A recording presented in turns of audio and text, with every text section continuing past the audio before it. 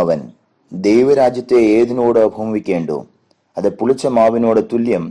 അതൊരു സ്ത്രീ എടുത്ത് 3 പറ മാവിൽ ചേർത്ത് എല്ലാം പുളിച്ചു വരുവോളം അടക്കി വെച്ചു എന്ന് പറഞ്ഞു. ലൂക്കോസ് സുവിശേഷം 13-ാം അധ്യായം അതിന്റെ 20-21 വാക്യങ്ങൾ. പ്രഭാതത്തിൽ ദൈവവചനം ശ്രവിക്കുന്ന എല്ലാ ദൈവമക്കൾക്കും സ്നേഹ വന്ദനങ്ങൾ. യേശുക്രിസ്തുവിന്റെ പരസ്യ ശുശ്രൂഷയിൽ ധാരാളം ആളുകൾ ദൈവവചനം ശ്രവിക്കുവാൻ ഒന്നിച്ചുകൂടുമായിരുന്നു. എല്ലാവരും സാധാരണ മനുഷ്യരായിരുന്നു. കൂടി വന്നവർക്ക് ഉപദേശങ്ങൾ നൽകിയിരുന്നത് ഉപമകളിലൂടെയായിരുന്നു. കാരണം ദൈവരാജ്യത്തിന്റെ മർമ്മങ്ങളെ മനസ്സിലാക്കുവാൻ ഒരു സാധാരണ മനുഷ്യന് കഴിയുമായിരുന്നില്ല. ഇന്നത്തെ ലോകത്തിൽ ജീവിക്കുന്ന നമുക്കും അത് അസാധ്യമാണ്. ദൈവരാജ്യം അനുഭവിച്ചറിയേണ്ട ഒന്നാണ്.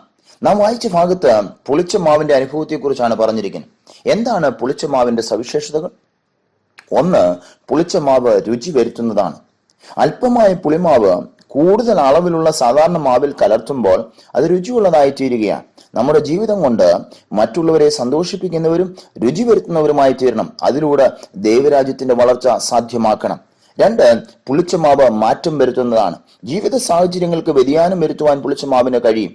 പാപമംഗലമായി ഈ ലോകയാത്രയിലായിരിക്കുന്ന അവസ്ഥയിൽ നിന്ന് മാറ്റം വരുത്തുന്നു. സ്വന്തം താല്പര്യങ്ങളെ ഉപേക്ഷിച്ച് മറ്റുള്ളവർക്ക് വേണ്ടിയും നാം പ്രവർത്തിക്കുമ്പോൾ ദൈവരാജ്യത്തിന്റെ വളർച്ച സാധ്യമാകുന്നു. 3, പുളിമാവ് കൂട്ടായ്മയുടെ അനുഭവമാണ്. തനിയെ ഇരിക്കുന്ന അവസ്ഥയിൽ നിന്നും ഒരു കൂട്ടായ്മയുടെ അനുഭവം ഉണ്ടാക്കുന്നു. ദൈവസന്നിധിയിൽ താഴ്മയോടെ ഇരിപ്പാൻ സാധിക്കുന്നു. ഈ 2 അവസ്ഥയാണുള്ളത്. പുളിമാവും സാധാരണമാവും അത് യോജിപ്പിക്കുവാൻ ഒരു സ്ത്രീ തയ്യാറാകുന്നു. ഒന്നിച്ച് ആകുന്ന അവസ്ഥയാണ് കൂട്ടായ്മയുടെ അവസ്ഥ എന്ന് പറയുന്നത്. ഇതിലൂടെ ദൈവരാജ്യത്തിന്റെ വളർച്ച സാധ്യമാക്കണം. 4, പുളിമാവിന്റെ പ്രവർത്തനം നിശബ്ദമാണ്. നാം ശ്രദ്ധിച്ചു കഴിഞ്ഞാൽ മെല്ലെ മെല്ലെ പുളിച്ച് പൊന്തി വരുന്ന അനുഭവമാണ്. യഥാർത്ഥ വിശ്വാസിയുടെ ജീവിതത്തിലെ ദൈവരാജ്യ വളർച്ച ഇപ്രകാരമായിരിക്കണമെന്ന ദൈവം പറയുന്നത്. പ്രിയരെ, നമ്മുടെ ജീവിതം കൊണ്ട് സന്തോഷിപ്പിക്കുന്നവരും രുചി വരുത്തുന്നവരും ദൈവരാജ്യത്തിന്റെ വളർച്ച സാധ്യമാക്കുന്നവരും ആയി തീരുവാൻ ദൈവകരങ്ങളിൽ നമ്മെ തന്നെ സമർപ്പിക്കാം. ദൈവകൃപയിൽ ആശ്രയിച്ച് ദൈവ ഇഷ്ടപ്രകാരം ജീവിതം മുന്നോട്ട് നയിക്കുവാൻ ദൈവം നമ്മെ സഹായിക്കട്ടെ. നമുക്ക് പ്രാർത്ഥിക്കാം.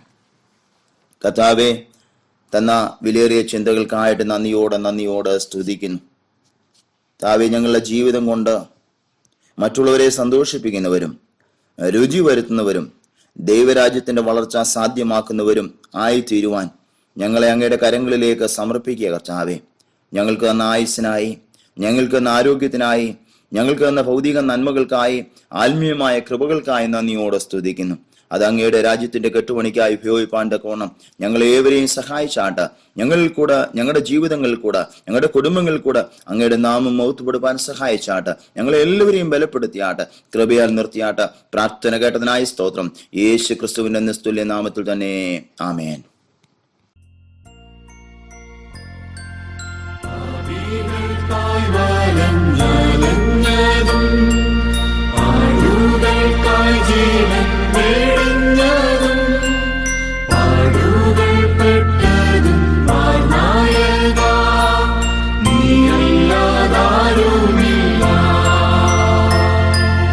യേശു നാഥാ,